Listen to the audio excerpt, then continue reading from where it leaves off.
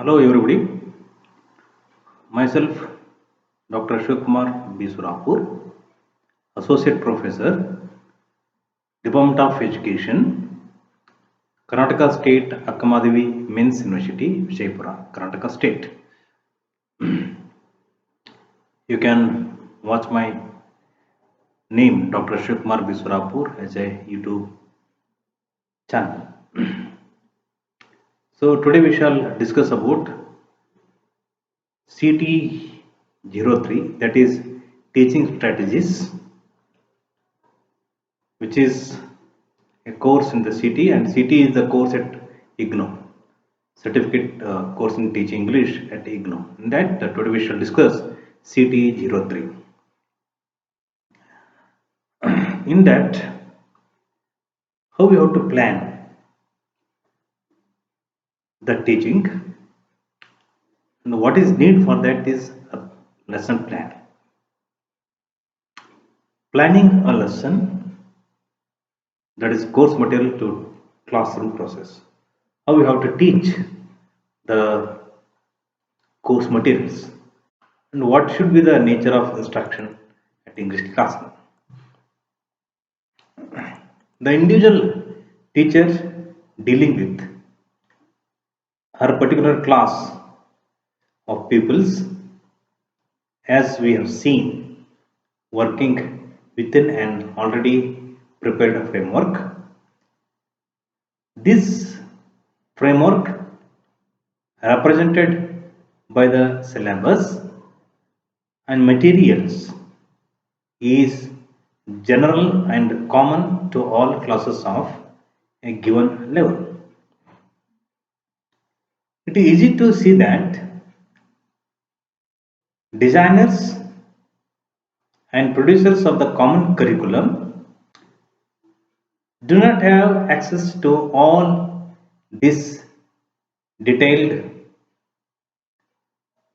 and in length information about every class, is every school, and even if they did, they would not be able to include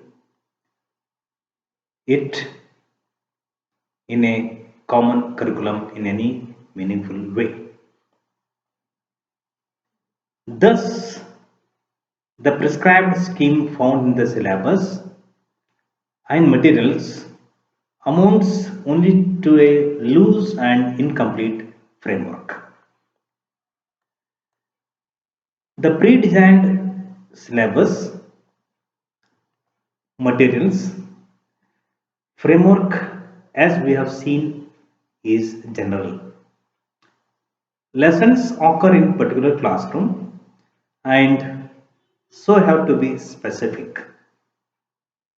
This means making what happens during the lesson appropriate for the particular group of pupils involved.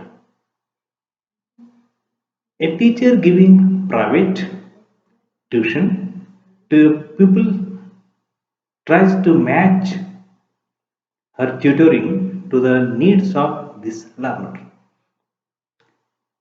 She does this partly by adjusting the complexity of presentation, the nature of explanations and illustrations, the speed or pace of the discussion, the extent of repetitions and review. The classroom teacher faces a similar challenge, but in relation to say 40 pupils. While paying individual and personalized attention to each one of them is clearly impossible. The teacher has to try and reach as many different types of learners as possible. The eager and the seemingly disinterested,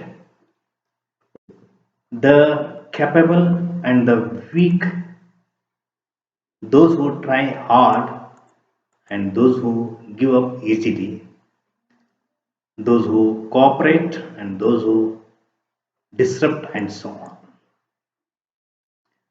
The size and diversity of a typical class has another important implication. This is that lessons take place in a social context. A class is not made up of 40 isolated individuals sitting at their desks and dealing with the teacher. The pupils from a social group, interaction among them is inevitable as they are together for many hours a day. We could treat this as a nuisance. Alternatively, we could treat as a valuable resource that can be built upon. We would then see lessons as something learners and teachers work together to create and not essentially something that pupils sit back and receive like the strangers who happen to go into the same public lecture hall or theater at the same time. So this means producing a wide range of texts as we have seen in our other discussions. The language available during a lesson thus does not have to be restricted to what is in the book or what the teacher says. When we discuss language lessons in this session, we will see that the potential inputs from learners themselves can be of great value for language learning. So thus, a language teacher should plan the lesson so that the learner should be motivated with interesting. To some extent, the nature of the subject matter influences the structure of classroom lessons. Here, we find that language has certain special qualities. For most school subjects, the course book provides in a fairly detailed manner the items of content that are to be taught. This involves presenting, explaining, demonstrating, etc. by the teacher so that this content is transmitted effectively to pupils and it becomes a part of their knowledge. The main objective of the teaching learning of a living language like English is to help the learner to become able to use it to communicate with others by sending and receiving meaningful messages. Formal knowledge about the language is useful, but this cannot be the primary concern of language lessons. There is a problem that arises here which we must face. We have seen that neither information about English language as a system nor the ideas in passages, poems, etc. form the central core or backbone of the language curriculum. What does it consist of then? This is where we have to restate, indeed reaffirm, one general principle emerging from our discussion, namely, the language is learned most successfully by experiencing its use. This does not mean that people have to talk and write most of the time. What it means is that during lessons, they should get a fair measure of exposure to and experience of language in use, similar to what the child acquiring a language naturally seems to get very easily most of the time. The objective of English language teaching is not to transmit the teacher's superior understanding and appreciation of such texts to pupils. It is rather to help them experience or see for themselves the meanings. Further, we could also want them to see how meaning is related to aspects of language, form, or structure as demonstrated in the text. These are not comprehension questions as such, they are rather ways of approaching and responding to texts. We should understand that learner want to experience the taste of second language. We should take note here of the special position that the language teacher is in. The teacher of a content subject who has to deal with a chapter with some such matter cannot afford to go into the open-ended questions suggested as in the text even peoples are willing. This is because the objective of instruction there is for pupils to get or learn the ideas in the passages. Similarly, in a linguistic class, such selected texts serve as data for studying the rules of the language. However, in a language lesson, such activities that take off from a given text, rereading and reflection, dramatization, role play, rendering as picture, cartoon, composing continuations, etc., can be of value.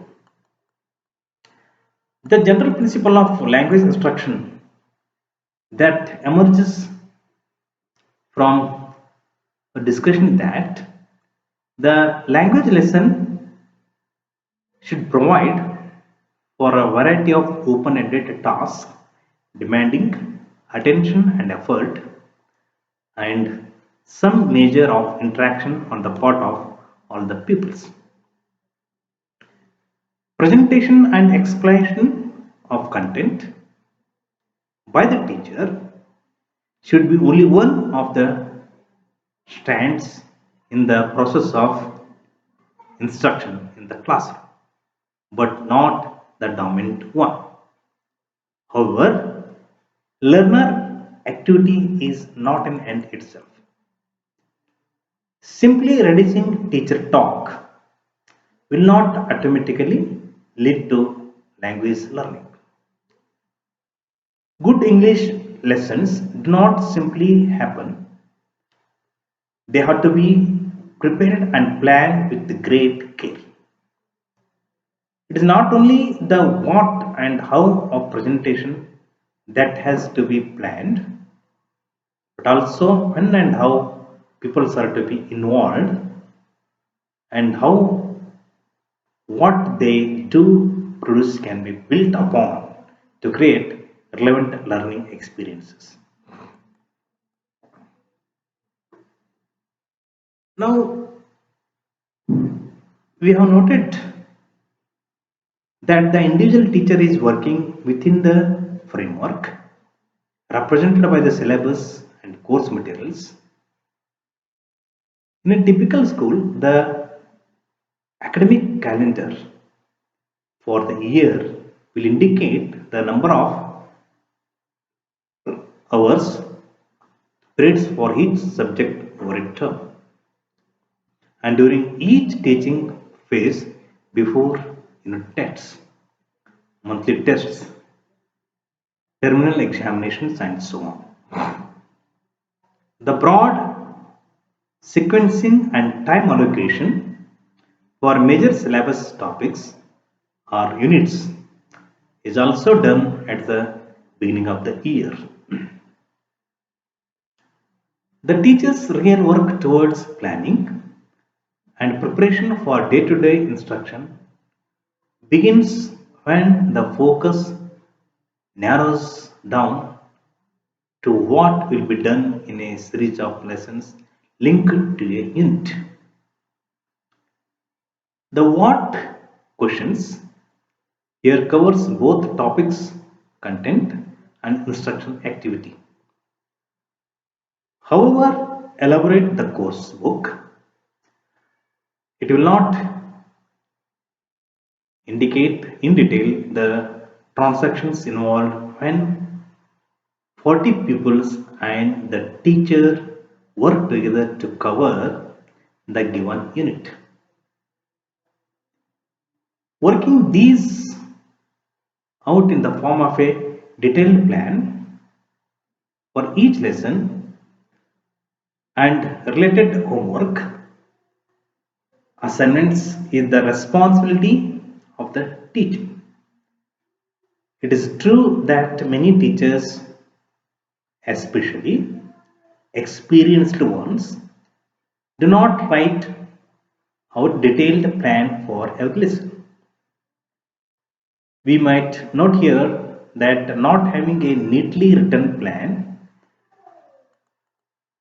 does not mean that there was no planning at all. Experienced teachers can rely more on what they know intuitively and on their store of experience. They are less likely to be caught off guard if something unexpected happens in class, and are less vulnerable to getting stuck on one or two minor points and neglecting more important matters. Planning is of importance for all teachers, especially for those at the beginning of their career. Planning, as we treat it here, should not be seen as a detailed list of things to do in strict order. In some minimal sense, such programming of items in sequence with the time allocations is of course useful, but plans must not become burdens. The lessons related to the unit should provide the learner and a lot of learning experiences, and this is the task of the teacher, that he or she should provide the learning experiences. The term learning experiences refers to what individual pupils might be perceiving, thinking, feeling, intending to do, attempting to do while a lesson is in progress. Such experiences undoubtedly are personal and private. No one else can directly control them or order what they should be. However, it is possible and reasonable to argue that certain types of teaching learning activities would probably generate certain types of learning experiences. So, learning experiences are very important.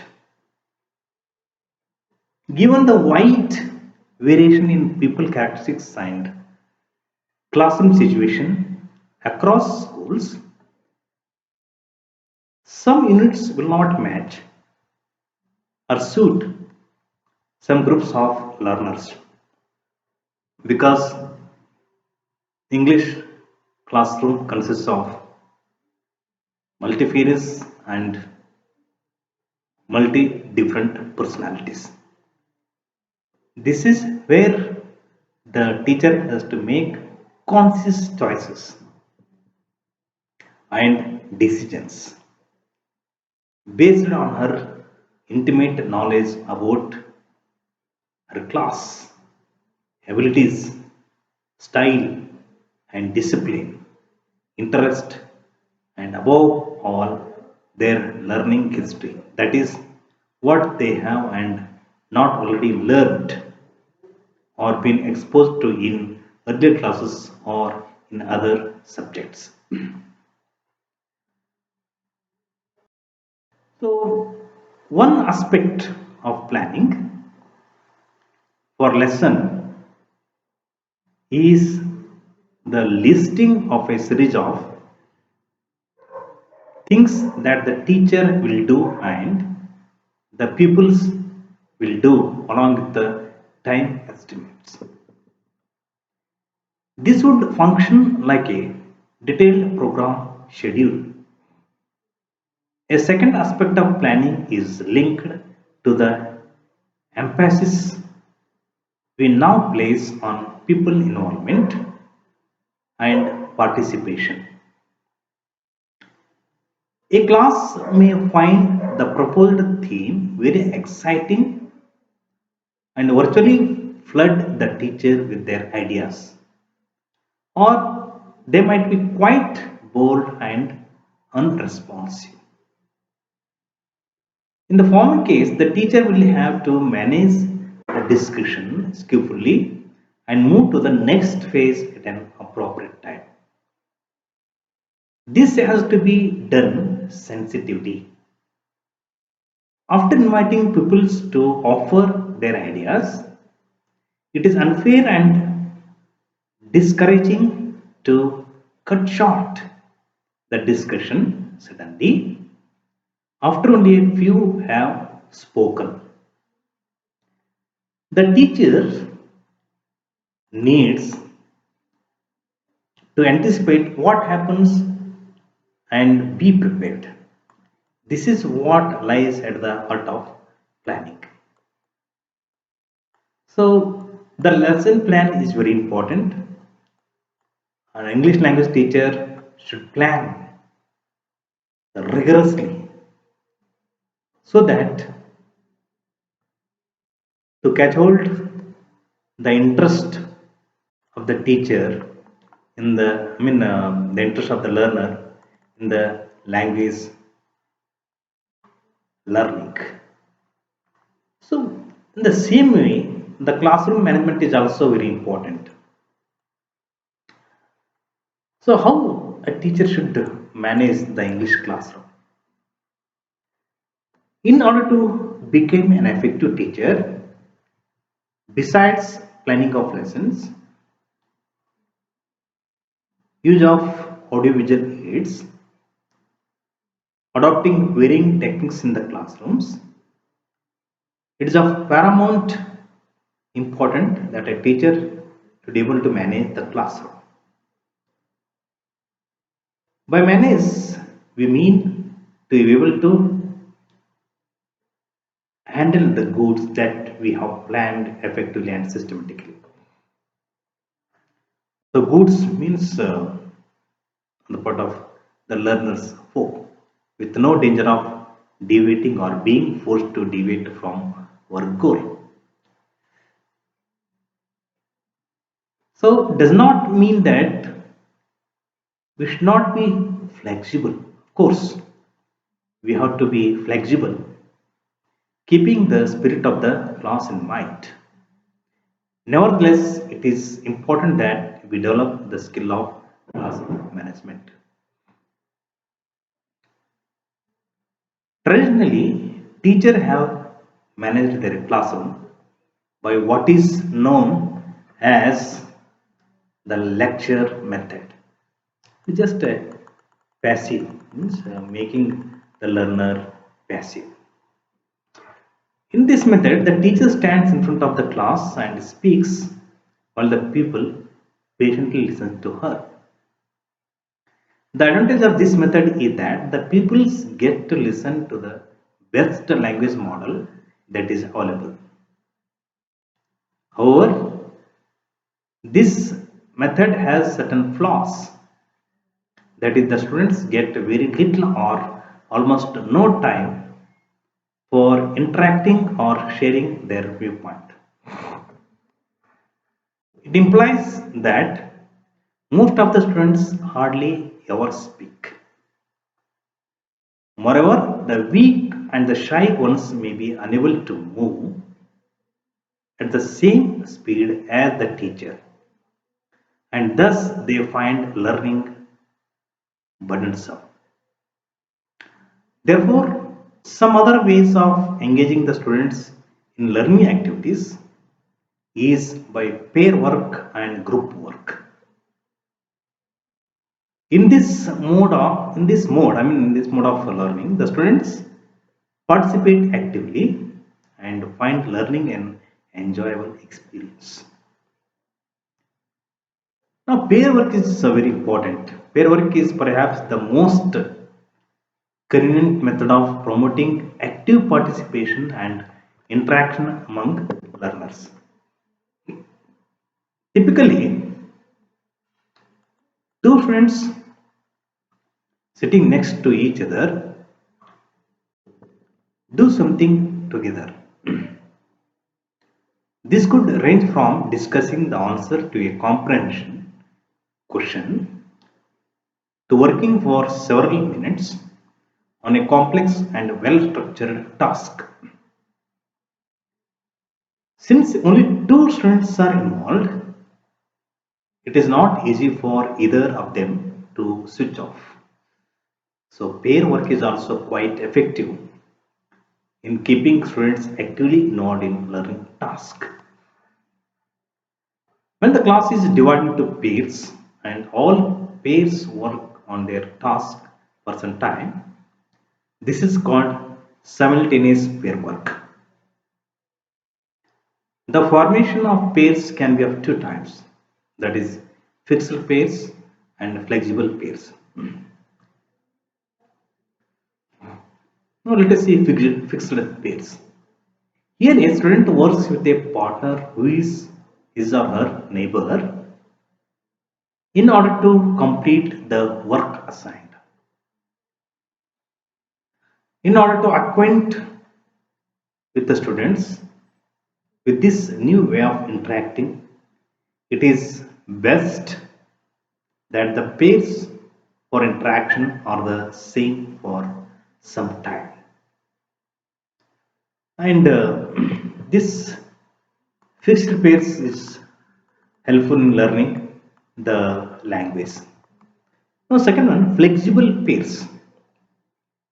In this kind of pair work, the students does not interact with the same partner but changes patterns. Partners he or she will change. For example, in a case a student has to conduct interviews to get to know two or three things about each child's opinion. For example, A goes to B and asks, "Do you like Steffi Graf? Have you read about her? With other sports person do you like?" Then A will go to C, D, E, and F to ask the same question in order to collect details from each child. Now, for this kind of flexible pair work, it is essential that you judge realistically whether your classroom has sufficient space for the students to move around freely. Flexible pairing is an interesting way of handling this kind of activity so that each one can choose whom he or she wishes to interview. So, in case you have the space, it will probably the simpler to let the students move around quietly but freely. Otherwise, we should have to take them out into a place which has more space, that is a sports field or library. Now, organizing pair work is also very important. Consideration, how to organize a pair work, which is very important in consideration in organizing pair work. As a subject teacher, you cannot afford to spend a lot of time trying to move the students around so that they can work together. It is best to use the existing classroom arrangement most of the time. As a teacher, you have to ask the students to work with their neighbor, and if need be, only one or two students should be more. In case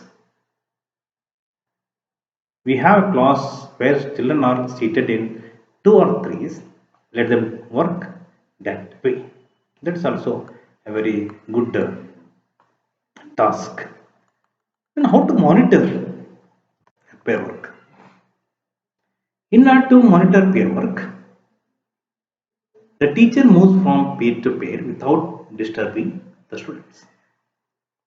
She offers assistance when required. She does not interrupt or hinder the progress of this activity. It is best to be a silent observer, intervening only if absolutely necessary. That is the best way to allow students to interact freely. However, if the teacher feels that some pairs are digressing too much, she must hover around, set them back on the right track. That is what monitoring the pair work. Now, certain points that we have to remember about pair work. Divide the students in the most convenient way possible, avoiding choice and noise. Second one, instruction must be very clear so that students know exactly what they have to do. Allot a time limit for each activity so that students are time bound, therefore engaged in a produced work. See that the activities are simple so that maximum number of students can get it right the first time. Control noise level as and when necessary through signals, raising of hands, clapping, thrice, etc. Monitor the activities by moving from pair to pair without disturbing the students. And last one, providing feedback immediately to tell the students how badly they are failed. Alternatively, make a note of mistakes and reteach these attempts in a future lesson. So that is what a teacher's role to manage the pair work. Group work is also very important. Uh, when the activities at some stage in a lesson calls for discussion or active collaboration among a group of students, a number of such groups are formed and each given a relevant task to work on it. This is called group work, and a teacher has to manage this group work, and before that he or she should organize it in a adequate manner. In orange group work, a lot of depends on the availability of space and the nature of the furniture is also very important. So, Group work is most essential and important that engages learner uh, in a particular task. Now, in Indian context, we encountered mixed liability grouping.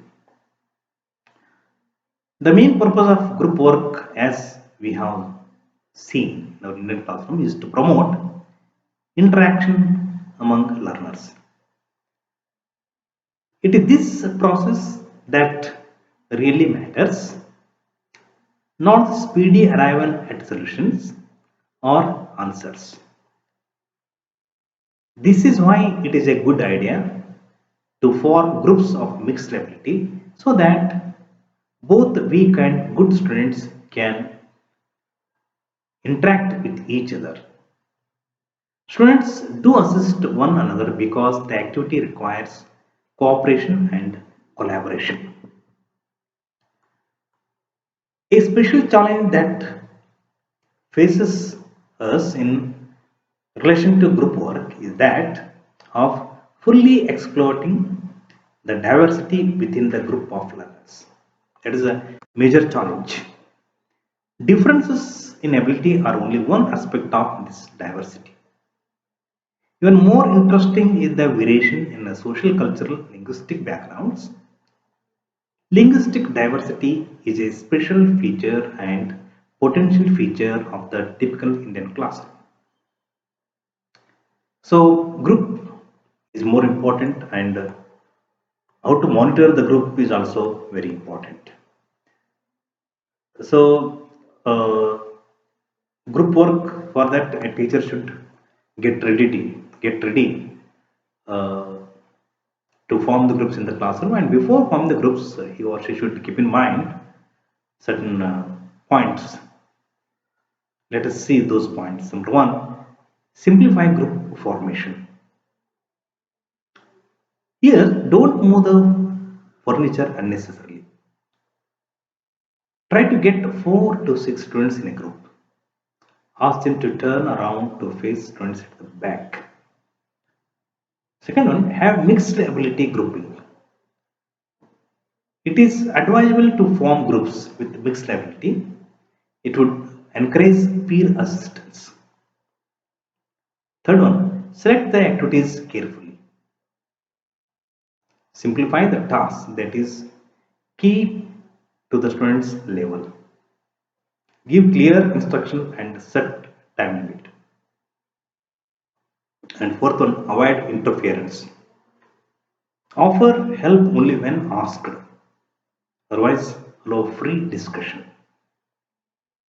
And fifth one, don't correct mistakes.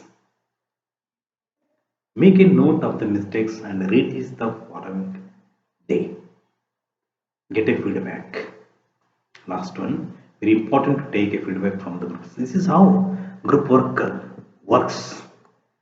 And what are the advantages of group work or peer work? So it leads to more language practice. Students are more involved. Students feel secure. Students provide assistance.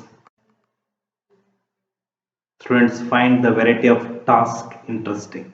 So these are all the advantages of peer work and mixed work group in Indian context.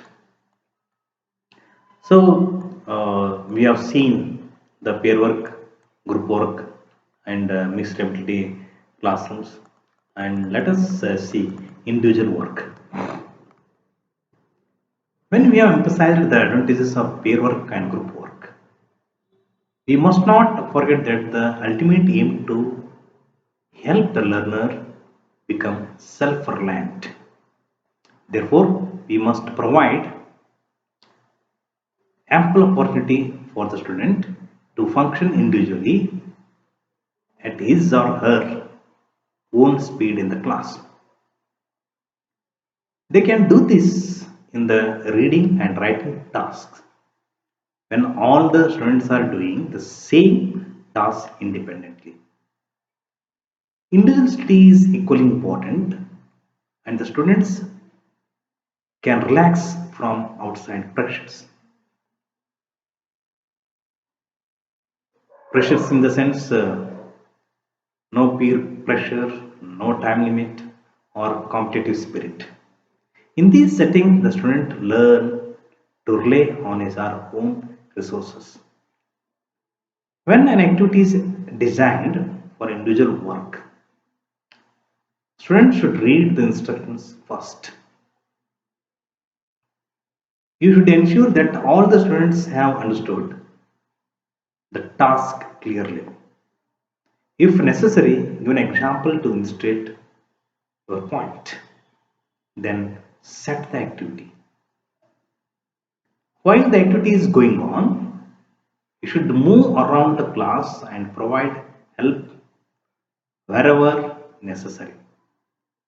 Do not interfere or they may feel discouraged.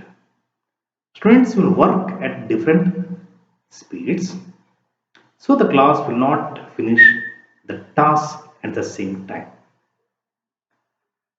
The simplest way out is to ask the students who have finished to compare their work with the ones who have also finished. Later, call the class together if most of the students have finished and ask them for their responses. This will keep the class involved and the slower ones who may be faltering will get adequate help and catch up. Now, whole class work.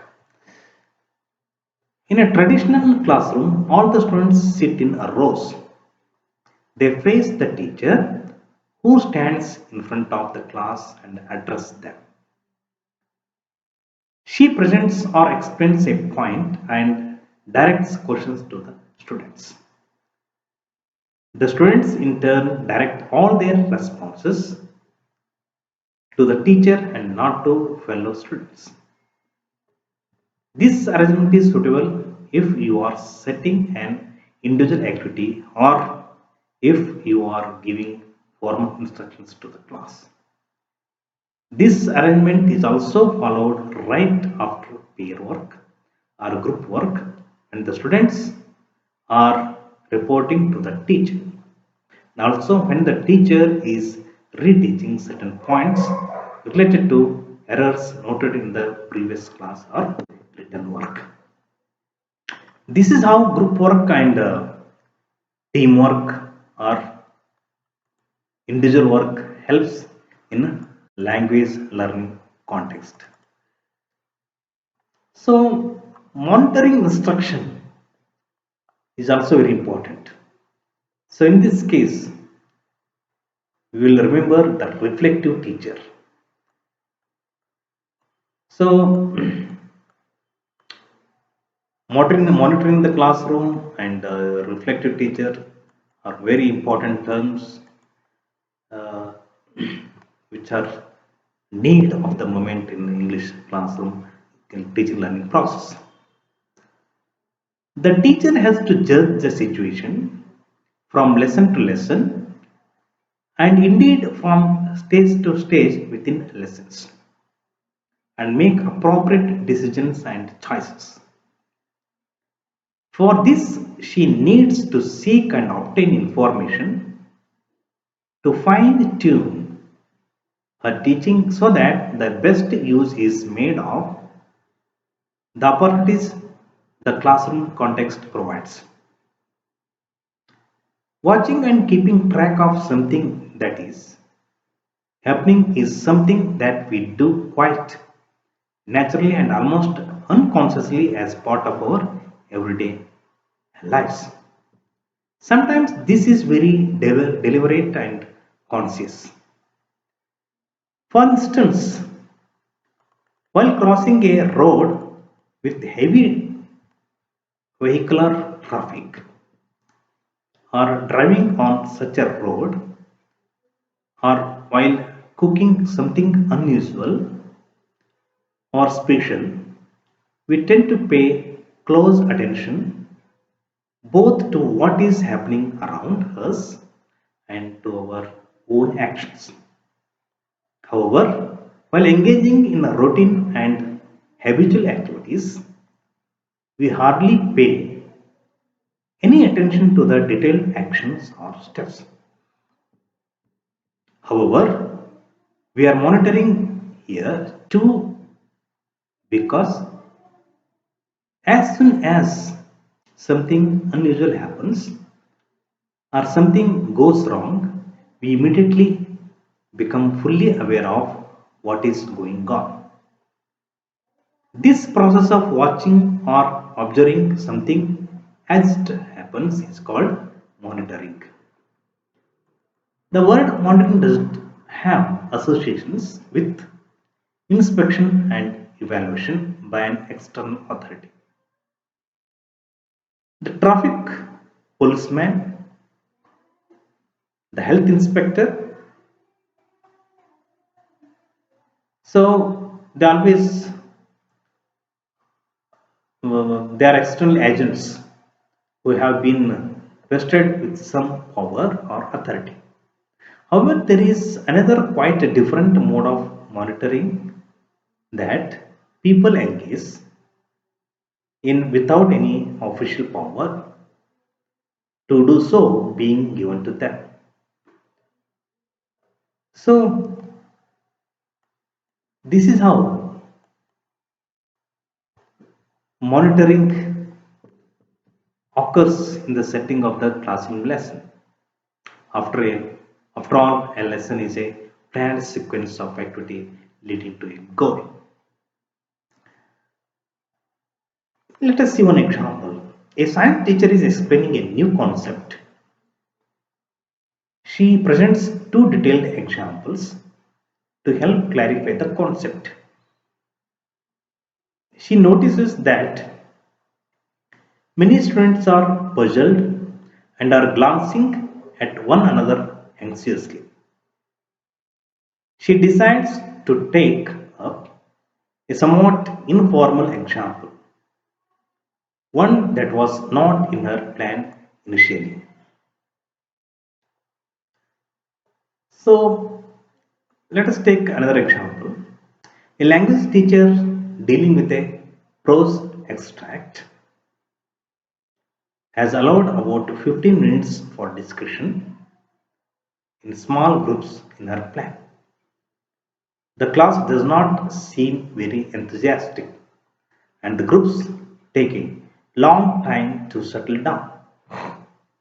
But after about 12 minutes, she finds that most groups are getting into fairly serious discussions and that there is a high level of participation on the whole. She decides to let the discussions continue for another 10 minutes. As a consequence, the reporting back stage is sent back to the next lesson. This teacher was keen on taking full advantage of discussion questions that the students obviously found interesting and promoting widespread participation. What we find in these examples that might be stated as a general principle. It is that teachers are not rigidly following detailed plans they might have prepared very diligently. They are modifying their plans based on the feedback they get about what is happening and what students are doing. However, they are not just giving up and trying something different without any plan. The changes appear to be purposeful in response to the real situation in the class. Thus, we can say that monitoring is a typical and normal aspect of the teacher's classroom behavior. In the same way, a teacher who is monitoring her class and acting on the information may not be quite aware of it. Suppose we ask a teacher shortly after a class or after a lesson to write down specific instances from the lesson where she got relevant information from monitoring and then took a clear decision to change her plan. She would probably say she cannot remember any specific stage where she did this. Suppose, on the other hand, that when she was relaxed and had some free time, we asked her to do the following exercise. So, the exercise, in the sense, think back to some incident or development that occurred in class that you had not expected. For example, a sudden noise in a corner when the class was listening to you alternatively or attentively, an error made by a good student, a brilliant answer given by a weak student, which is very amazing. Or else, what exactly happened? Why do you think it happened that way? How did you think? So, these are the examples. Here, we have given the cue that unexpected events should be the starting point. The teacher will probably be able to recall one or more specific stages of the lessons. The teacher would also probably be able to state what her response to the situation was, what consequences it had. In other words, she would normally be able to comment on the incidents. So, what this suggests is that even though a teacher might say that she should not do any conscious monitoring, when encouraged to think back to the class and reflect on it, she will often show evidence of having taken in information about various aspects of the class. And these could easily be aspects that she did not intend to pay special attention to. One reason for this is that teachers do have some plan for lesson. What will be done and what is supposed or expected to happen has been thought about beforehand. Teachers thus generally monitor at least some aspects of the classes they teach, though not very consciously most of the time. So this always happens in the classroom that every teacher will face in the class. Thus, rationale for the self-monitoring can be very helpful in the sense, number one, a teacher who has an awareness of teaching and its different components is better prepared to make appropriate judgments and decisions in teaching. Second one, critical reflection can trigger a deeper understanding of teaching. Third one, much can be learned about teaching through self-inquiry. So how and to what extent the teaching has affected on the learner. Fourth one, another related concept to self-monitoring is the view that experience by itself is insufficient as a basis for professional growth. Self-monitoring then is illuminative because it involves raising the consciousness of teachers as to what is actually happening in the classroom as opposed to what is supposed to happen. It is also formative in purpose since the information we get about the process and product of teaching learning can be immediately fed back to alter or improve our own class. So, monitoring the own class and involving in the teaching learning process is very important, and a teacher always self realize that the learner always in the dilemma and face the problems, and the teacher should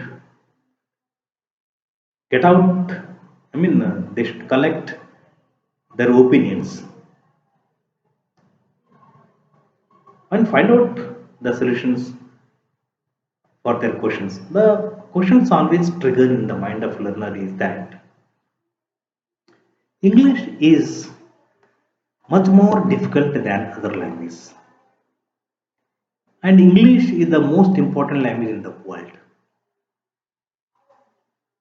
So you need to know a lot of words if you want to know English. We need to practice every day to improve our English. Teachers should explain grammar rules in the class. It is enough if the teacher gives grammar exercise as homework. It is important to speak English very well. It is better if the teacher corrects all their mistakes. I like group work because when I make mistakes, my friends don't correct me. It is not correct to ask the teacher when you have a doubt. So these are the simplest challenges that a teacher encounter both on the it is both on the teacher and student part. So to find out the solution for this is very important to overcome the lacuna and the gap in the teaching of this foreign language or second language. I'm sorry, I'm using the foreign language because it's not a foreign language, it is a second language. Now, the thing is, experimenting with the teaching is very important. As English language teacher, we have to experience the teaching.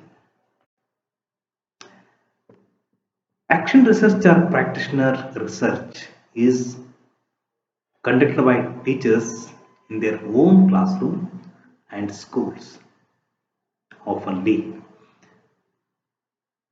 So it is an on the job activity, unlike the more traditional forms of research where outside researchers come into schools, investigate questions that focus on one or more aspects of the curriculum and then leave. The job of action research that is required of the teacher should not be viewed as an added burden but as a special dimension to the mundane act of the teaching that most teachers engage in. So, in thinking back to our own regular teaching, we were trying to question our own established practices, which probably brought to surface some shocking truths. So, what is practitioner research? Practitioner research is carried out by the teacher herself in her classroom or school. So, practitioner research is also situational or context based, in that is grounded in classroom realities. This means that it can be take account only of the classroom as a real social setting. But even practitioner research or classroom research by teachers may sound a little daunting since it appears to involve extra work and it may seem difficult. It might therefore be useful to look at the self evaluation process of teachers in the classroom situations. So, especially English language teachers should involve in action research and practitioner research process. Discussion so far it must be somewhat clear. While we are advocating research or a questioning attitude in our profession, the specific reasons to clarify the questions or issues that come up are research done by outside researchers seems to have many problems. Firstly, the teacher or school has no control over such research. Teachers and students are merely subjects on whom the study is conducted. The research findings that may or may not be communicated to participating schools often are of little relevance or a direct benefit to the people teaching and learning in these schools. The researchers' assumptions about teaching learning and the teacher's own perspective of the classroom are often incompatible, resulting in the researcher speaking a different language from that of the teacher. As a result, the concept of teachers and researchers as collaborators is gaining ground as a way of integrating research and pedagogy.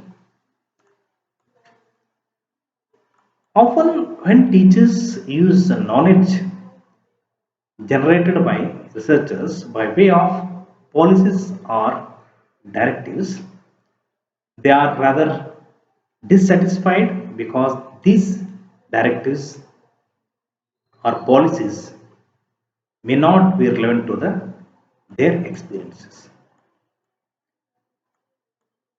The crucial role that teachers will have to play is that of an experimenter. So, teacher as a teacher experimenting with one's own teaching marks a departure from follow the right method approach.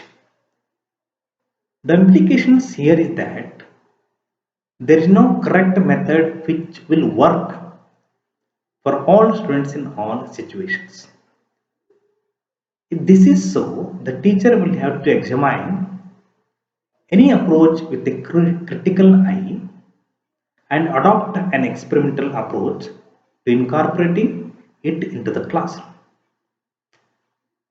This also means that rather than judging the efficiency of the approach on intuitive grounds, the teacher has to set up a small experiment to carefully monitor, observe, and document what actually happens during the experiment. A wide range of processes can be considered and drawn on in a flexible way within the framework of the research questions under consideration. For example, explanation, identification, planning, data collection, observations, etc. But remember that we are not suggesting that to be a good teacher, you need to set up sophisticated experiments and carry them out rigorously. So, having understood what experimenting with our own teaching might involve, so we have to put out the different questions that we are normally confronted with in the context of teaching and learning. We could broadly divide the questions into the following types, like number one, syllabus or materials related. Second one, planning and preparation. Third one, ongoing classroom process or activities. Fourth one, student learning. Fifth one, student related factors. Sixth one, teacher related factors. And in relation to this, let us see the questions. What is my role as a teacher? How do my students pursue my role as a teacher? What format or structures do my lessons have? Do they vary from one type of lessons to another? Why? Why don't all students participate actively in a class? Which type of homework do my students like? Why? Which ones are beneficial for language learning? Why do the students make the same grammar mistake even though I correct them every time? Why does a particular group of students always score low marks? Does the way I comment on their compositions make a difference? How? Why can't I finish a given exercise in a given time? How should I plan my lessons? Once a month, a week, or every day? In what detail? Why do I have to little much time even though I plan my lessons in advance?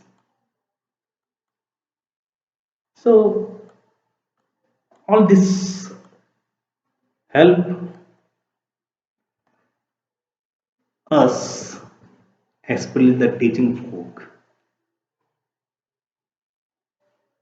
to improve themselves, to overcome their mistakes in the classroom. So experiments, practitioner research, action research are very important for a teacher. So regarding action research, I would like to focus more.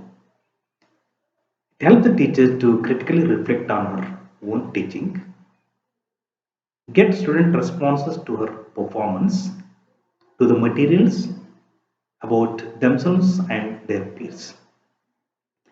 So these are very important for a language teacher to overcome their challenges in the teaching learning process.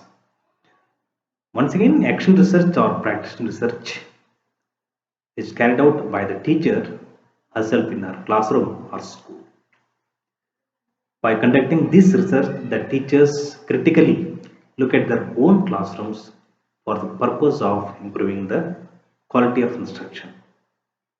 Hope you all understood this CT03 teaching strategies. So don't forget to wear the mask and maintain the social distance in this pandemic situation. And don't forget to subscribe the channel. With these few words, let me to uh, give full stop to my teaching regarding the teaching strategies.